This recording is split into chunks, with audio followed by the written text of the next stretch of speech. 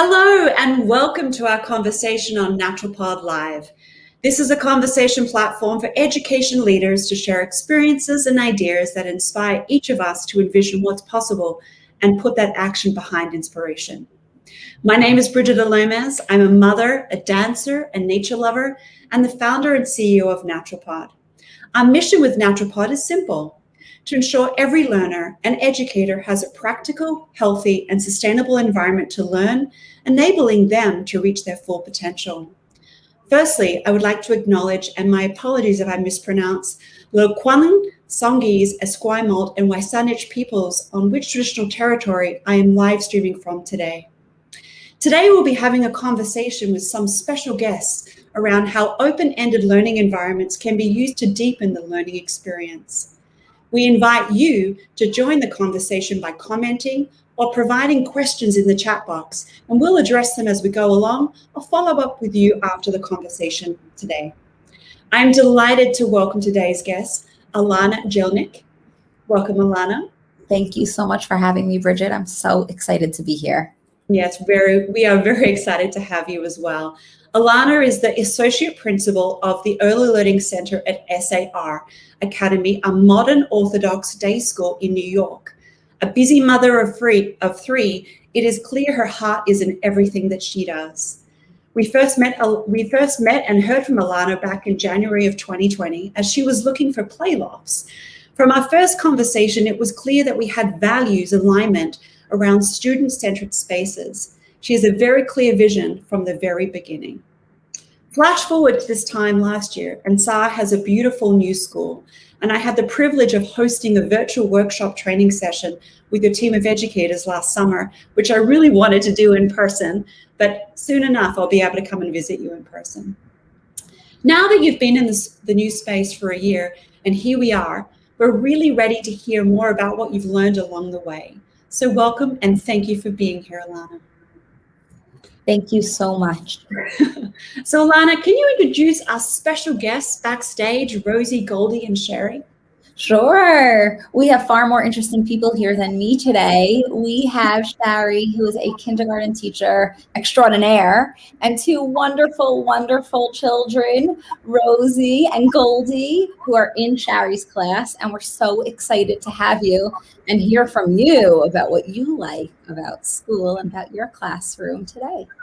So welcome, Sherry. Hi, Rosie. Hi, Goldie. Nice to see you.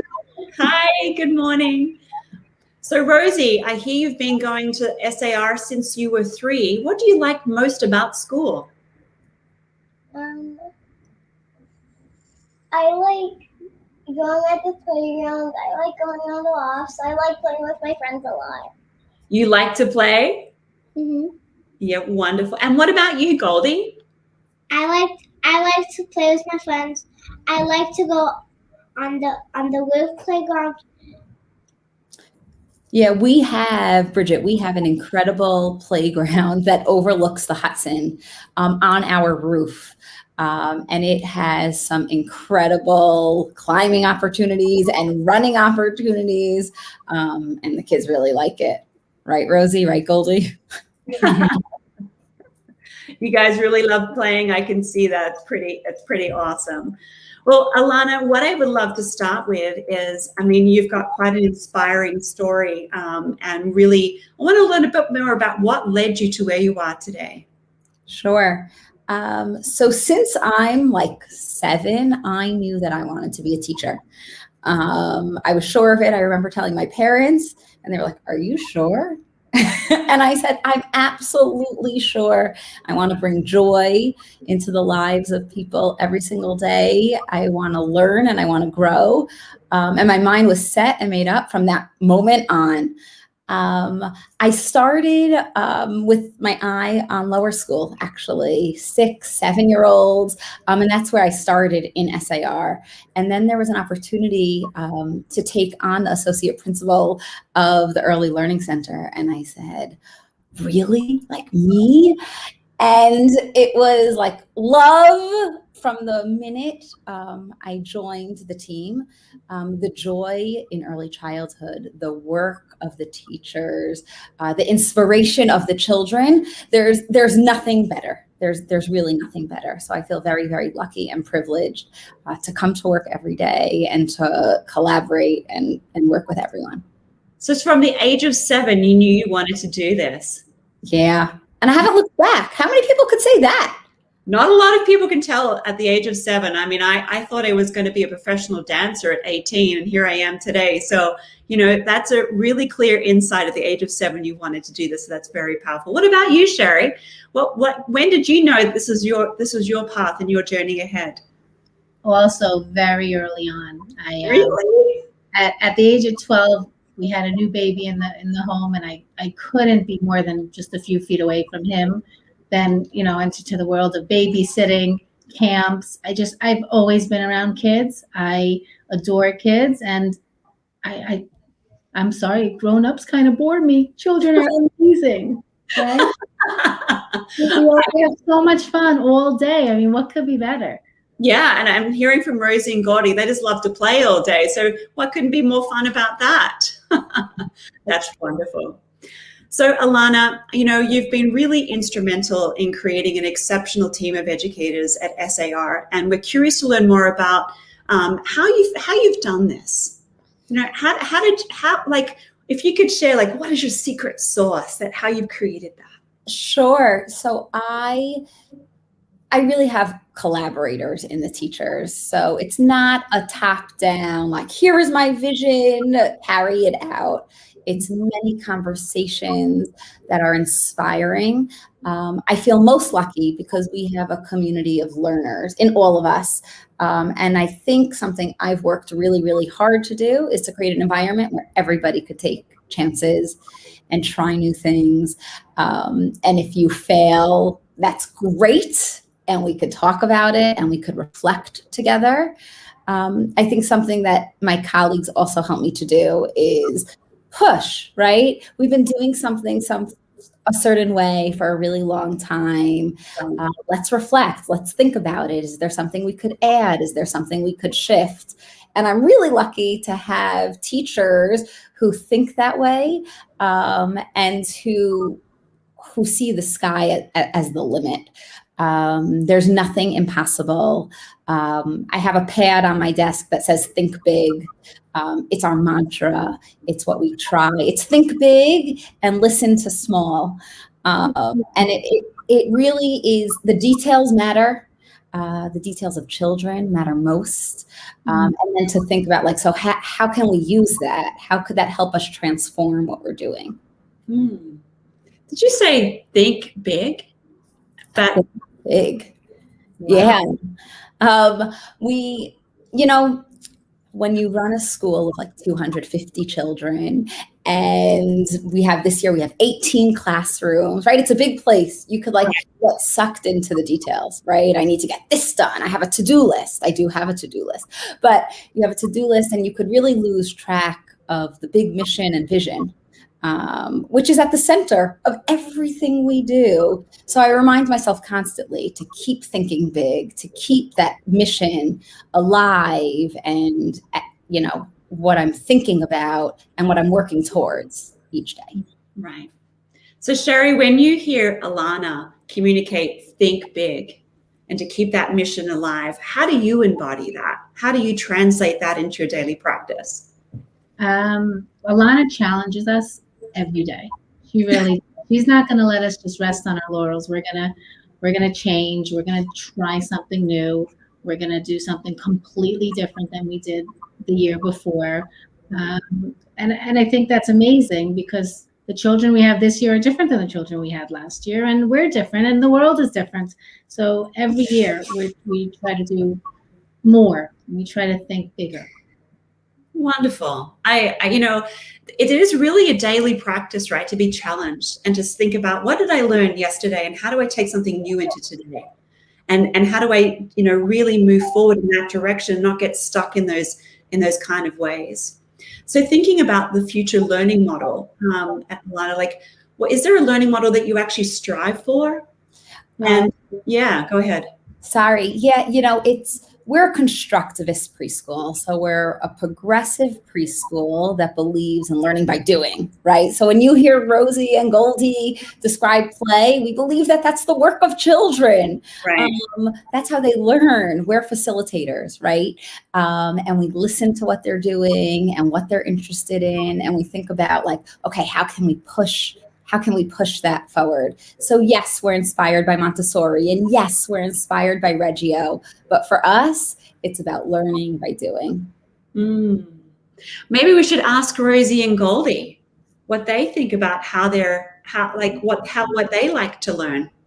What are some of the fun ways that you like to learn? Obviously, you like to play, but how do you like to learn? I like to learn that we always learn about tortoises and we always learn about metals. Wonderful. I like to learn by reading.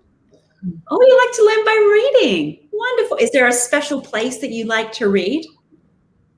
Where we usually read is in the loft. You like to read in the loft? Is it because it's somewhere high and cozy and you can be in a secret spot? No, since that's a library. Oh, in the library. Rosie and Goldie, do you want to hear a really funny story about the loft? Yes. Okay.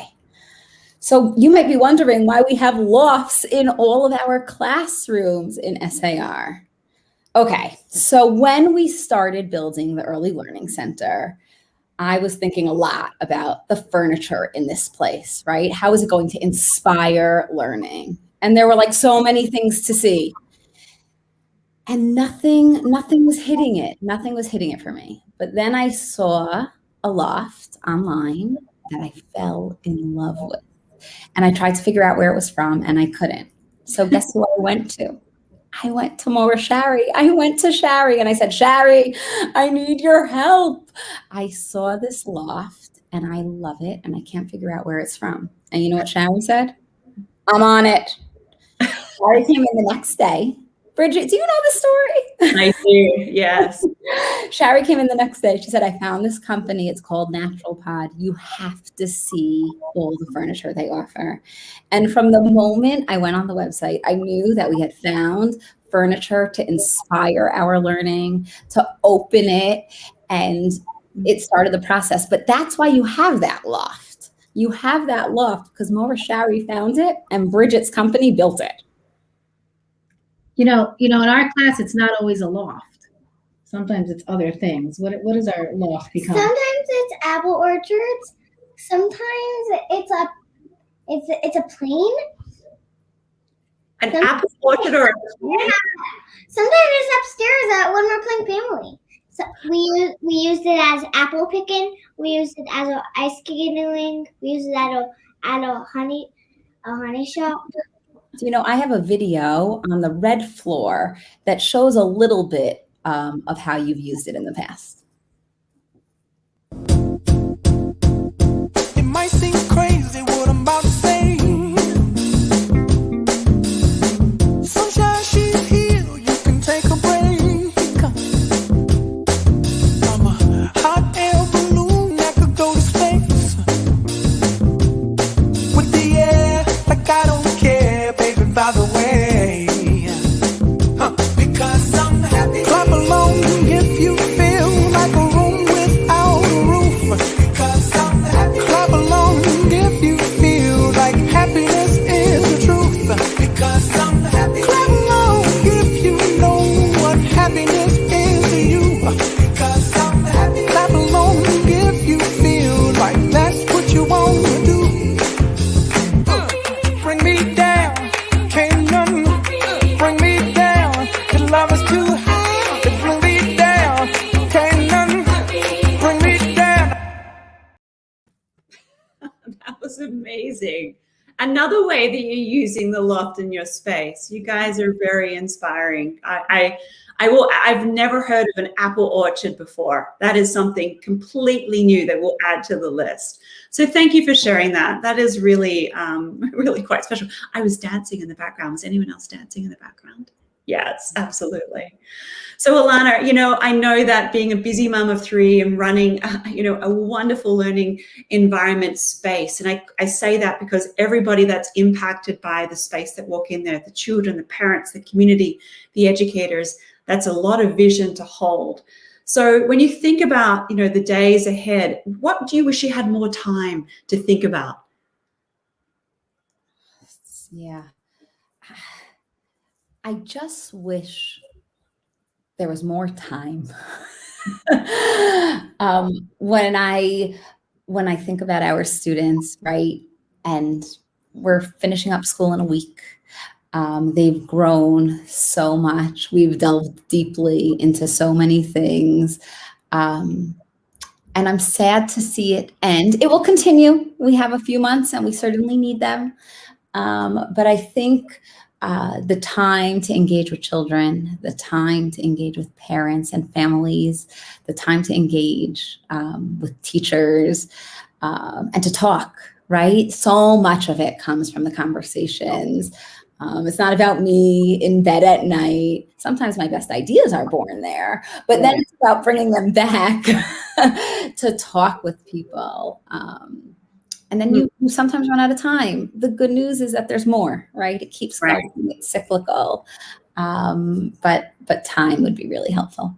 Yeah, you can clearly see your passion and how time does go quickly. Sometimes you look back and you go, wow, where did those children grow? Like, when did that happen? And I think about that too, how much I would love that. But I try to really be present in the moment and really impact those moments that I have.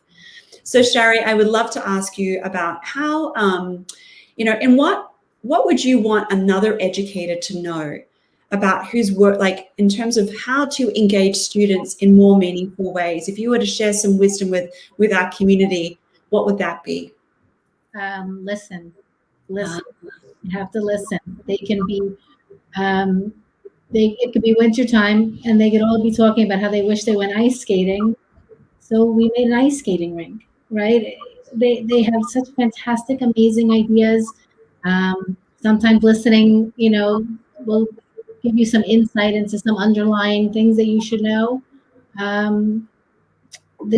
Children are amazing, and they have so much more to offer us than we have to offer them. So just listen to them. Beautiful. Listening. What would you add to that, Alana? Shari didn't share one of the things when they created an ice skating rink in their classroom, and it was born from listening. There was a conversation in the classroom that Shari couldn't ignore. And then when they decided they wanted to create that ice skating rink, Shari said, okay, you need, like, what are you going to make? Like, what are you going to have? And one of the things that the students made was a thermometer, because we're living in a year of COVID, where students have their temperature taken every single day. And I think it's not just listening, it's knowing, like, and that's part of who they are right now. That's part of their world, right? You might have another educator who said, well, that's a this year thing, and maybe you don't always have a thermometer. And Shari embraced that. Like, yes, that is your reality. That is what you are experiencing. Let's try it out. Let's create a safe space here where you could practice that and use that. And Shari had no agenda, right?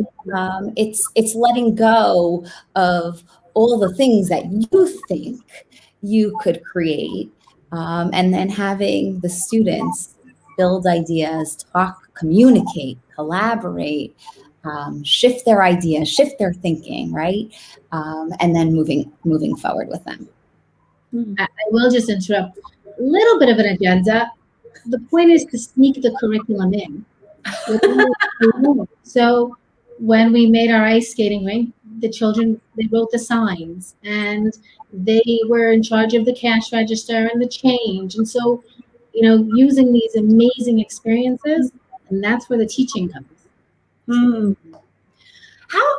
This is an interesting thing, because, I think about, like, listening is one of the most amazing things when we really listen to students about what they want, what's important to them, what's inspiring them in those moments. How can you really deeply empower an educational team to truly pause and listen, to engage and obviously be aware of the curriculum, which is obviously present and something that we have to be considerate of? What are some of the ways that you empower your team, and how do you empower each other to really stay in that place of creativity and be curious? I think it's about creating invitations in your classroom, anywhere actually, right? So it's actually not even about all the questions you're going to ask, right? Questions could sometimes stunt that. But if children come into a classroom and there's the environment is primed, is rich, is open, is not cluttered, children begin to explore instantly. And then you have an opportunity to say, tell me more about that. Tell me more. Yeah, exactly. Tell me more. An open-ended question. So, Shari, when you think about the tell me more, what's some of the things that you've heard from some of your students around the ice cream is one idea? What are some of the other things that you've noticed that they've shared with you that you've gone, okay, how do I take that and further explore it deeply? I mean, listening is, key, but for example, the teachers kind of made an apple orchard. That was from us. It was the beginning of the year. We wanted to create an experience. When we took the apple orchard down, there was a lot of complaining, and there was, and they asked for something new, and we stepped back, and they really wanted the cash register back. That was a must. And I took out a blank piece of paper and I said, what are you going to do? And they came up with it themselves, a honey store, and they figured out how to make the jars look like honey. They come up with these things, whether a sink becomes a rocket ship control pad. It's really what let their imagination go. We had another, in another classroom, a teacher came to my door and she said, I don't know if you're going to be mad. And I said, mad? Why would I be mad? She said, my class wants to explore poop. And I said, what? And she said, well, they're 4 and they're really, really curious. Can we explore the sewer system? And it was from the listening to children, right? The kids were really, really interested and inspired to think about that. And it requires a teacher who's brave to say, like, okay, I could do this with 4-year-olds. And then they did a whole study on the sewer based on that conversation. Wow, that's real listening right there. Well, I want to ask poop in our class. You haven't done that yet? We didn't make it there yet. Maybe we're inspiring Rosie and Goldie, just putting it out there. That may happen now. But Rosie and Goldie, if you could change something in your classroom, what would it be? What would you add to your space? More games. More games? Anything else? Yeah. More art projects. More art projects. We love art. We do a lot of art. So anything that we can be inspired by. Oh. Not now. I know. You've got enough in there already for you, right? In that space. So Alana, you've created, obviously this culture of empowerment. You really listen to your community, your educators, your students. I've seen that you've implemented a lot of change management through this process. And obviously the culture of empowerment, which is not an easy thing to do. As you probably are aware, like there's always challenges with change management. Change is not always easy for everybody. But what is some of the impact that you've seen by doing that and really embodying that and really owning that, which is, again, not an easy thing to do? So first, I actually want to thank you for the change, for the shift. When we decided to use Natural Pod, I had the opportunity to sit with Kelly and with all our teachers to talk about what each of them need in their classroom. And we did that class by class. We sat for many, many hours thinking about what's important to them, right? Where does their passion come from? And the listening for teachers is as important as the listening for children. Everybody needs to have a voice and then feel heard. And after teachers had the opportunity to both think and reflect about what's most important to them in their classrooms, we created spaces and then had the opportunity to work with you when you did that professional development with us and over the summer, because our furniture now looks so different, vastly different than what we had in our old space. And I remember you saying everything could be anything. Right? Think about how you could shift things. Think about how you could move pieces of furniture. Think about how you could use them in totally different ways. And you actually gave us permission to feel empowered about that. And teachers took it. They took it right away from that. I think part of the empowerment is also about like small shifts.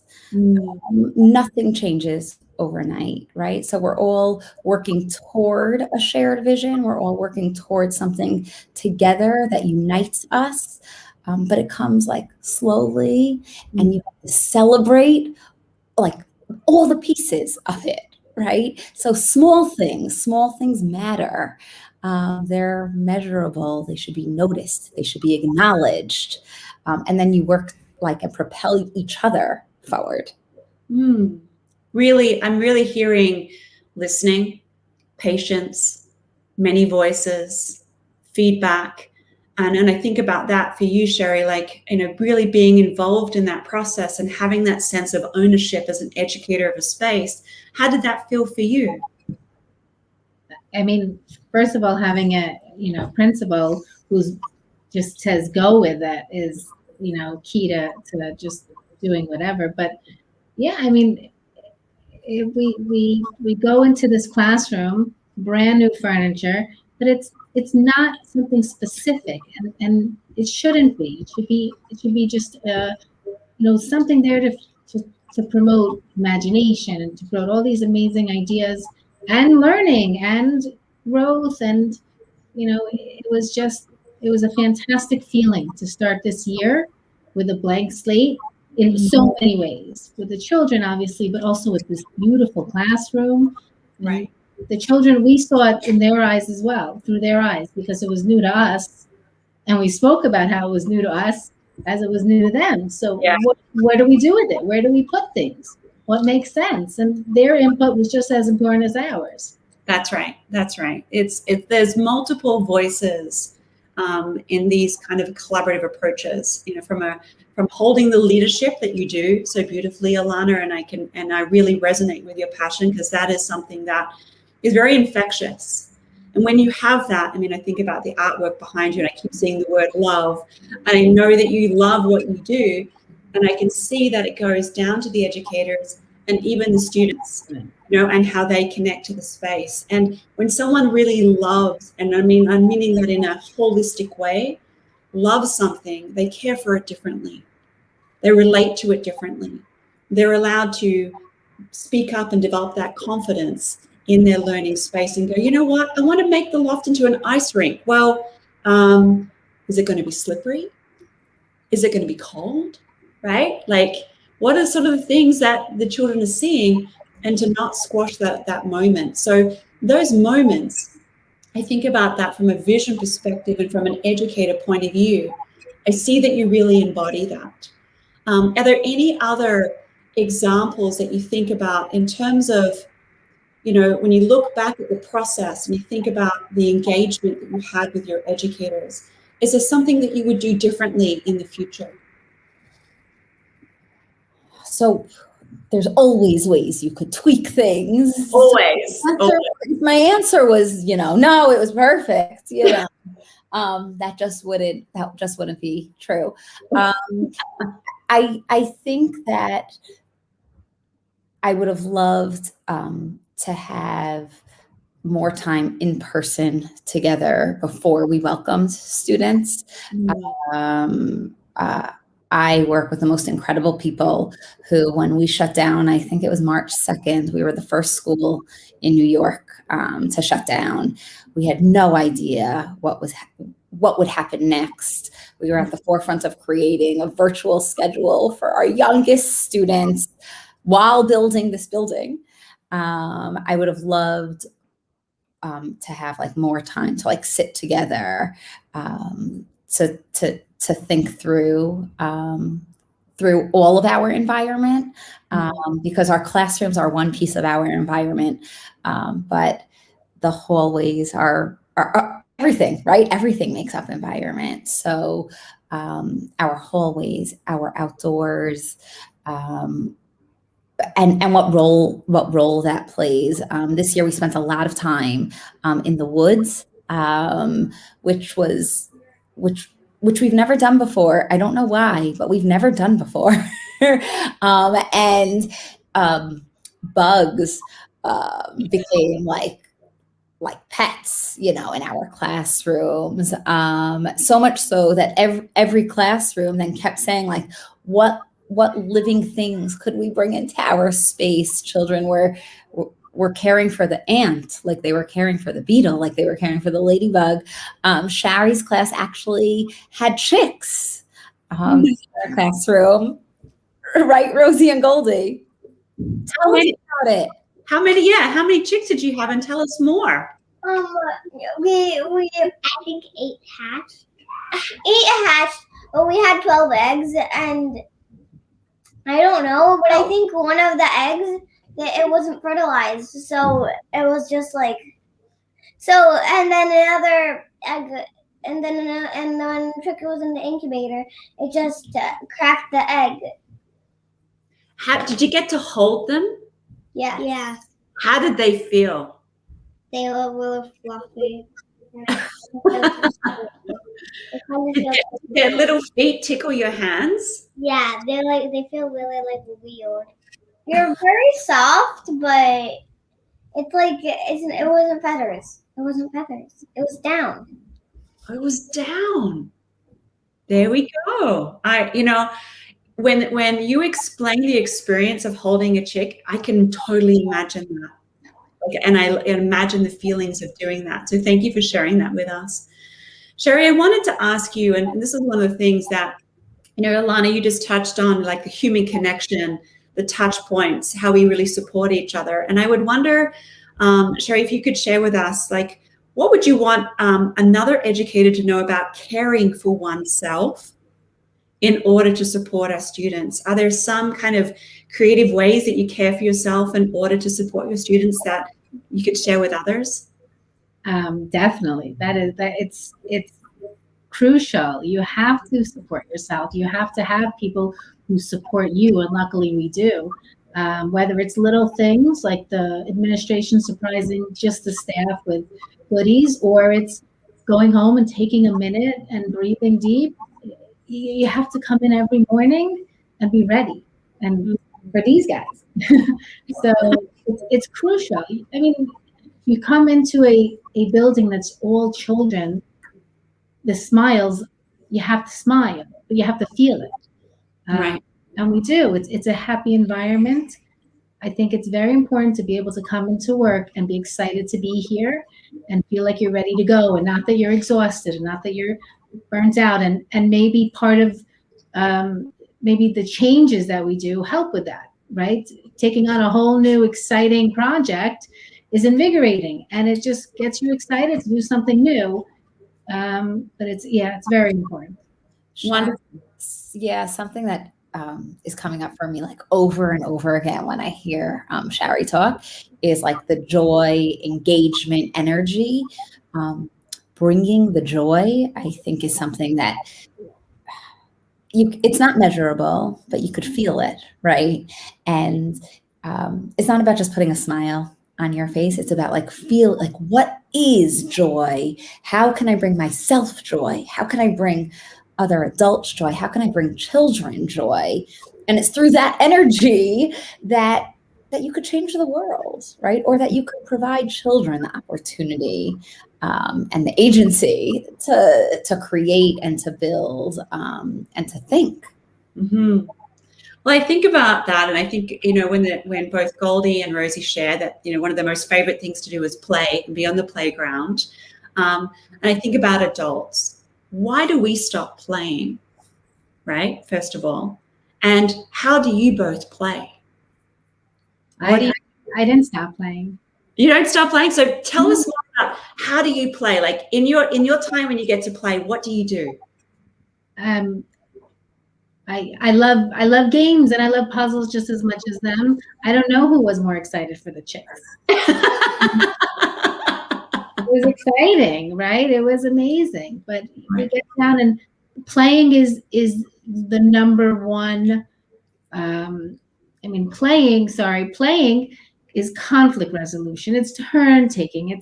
It's so many things that getting on the floor and playing, besides enjoying yourself and having a great time, it's important. It's crucial. I mean, especially at this age. Absolutely. What about you, Alana? How do you like to play? I mean, you're a busy mom of 3 kids, so I'm sure you're playing a lot at home. But what do you like? I love walking outside. I love breathing in the fresh air. When I need to clear my head, it's the first place I go. I'm going around the block. But it really provides a certain energy. I also love to exercise. And that's something that I've been able to do now with my family. Since lockdown, we decided that it could be a family activity of playing. But Shari's also not giving herself enough credit. Shari is the teacher who comes into my office and says, okay, what fun thing are we doing at the end of the year? Or can we get bouncy houses for the teachers? Or teachers carnival. I know it.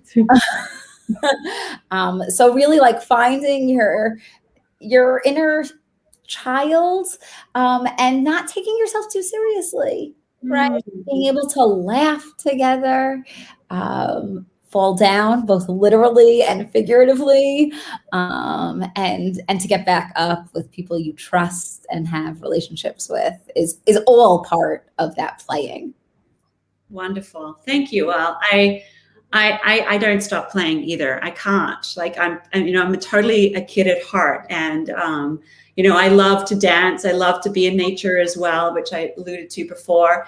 But I also like to create something. Like I need to stay in a place of creativity, and I'm very curious. I ask a lot of questions. Like I can imagine as a student, my teacher was like, Bridgitte, how many questions are you asking me right now? So just playing on that idea a little bit, because both Goldie and Rosie shared that they love to play and be in the playground, which is an easy place to think about play, right? And we know in the learning environment, indoors, because what I really care about is that continuity of care. Indoor and outdoor learning and play can happen anywhere, in the hallways, in the classroom, outside in the playground. How do you help support in the learning environment those play opportunities?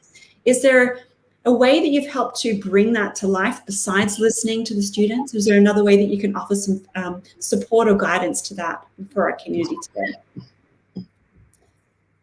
I think it's about seeing like a blank canvas. And first you listen, and then you say, it's blank. What could I add, right? What could I begin to question? Where could I get curious? Where can I provide a provocation? Right? By choosing what color you put on the canvas, what toy you put out, what loose part you put out, right? If I'm going to put out wood pieces next to the animals, that's going to guide children somewhere. And if I make a totally different choice and put tissue paper out in just blue, that will guide children another way. So I think it's about thinking both where you think students want to go and where you want to go, and melding them together, because the environment's a teacher in the classroom, the child's a teacher in the classroom, right? And you have to figure out how to take all those pieces and join them together. Thank you. Sherry, would you add anything to that? I mean, of course, I agree with Alana. I think that we just sometimes they surprise us with what they want to learn and things. Sometimes, like Alana said, you introduce something and you see where it goes. I remember 2, 3 years ago, I introduced an artist. I think it was Jackson Pollock, and who would think that 5-year-olds would really be interested? And I haven't stopped doing artists because it's one of their favorite units, and they take it, and then you see them action painting in the corner because they take it to heart and they learn new techniques. And it surprised me. I mean, I didn't know we'd be learning about, George Seurat in kindergarten, but they love it. Wow. Well, Goldie and Rosie, I have a last question for you. What is something that you would love to learn more about? I love to learn more about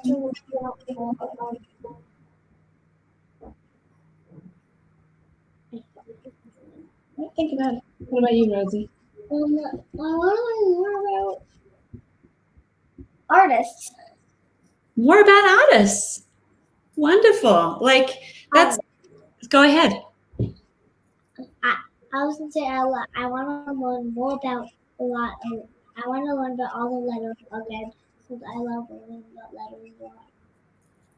Oh. Yeah, letters are also, right? Because when you're able to start to read, which is something we really work on in first grade, right? You could learn even more by reading about it, right? So I understand that being like a super exciting next step. That to me, that is a real magical moment right there. I want to learn more about letters. I want to learn more about artists. Like, how special is that? And listening to those moments. Alana, thinking about the future, obviously you've navigated through the last couple of years with different levels of things occurring, a new vision, a new school, obviously some changes that none of us were expecting. What's really next for you? Like, when you look ahead, what do you see as being next for you?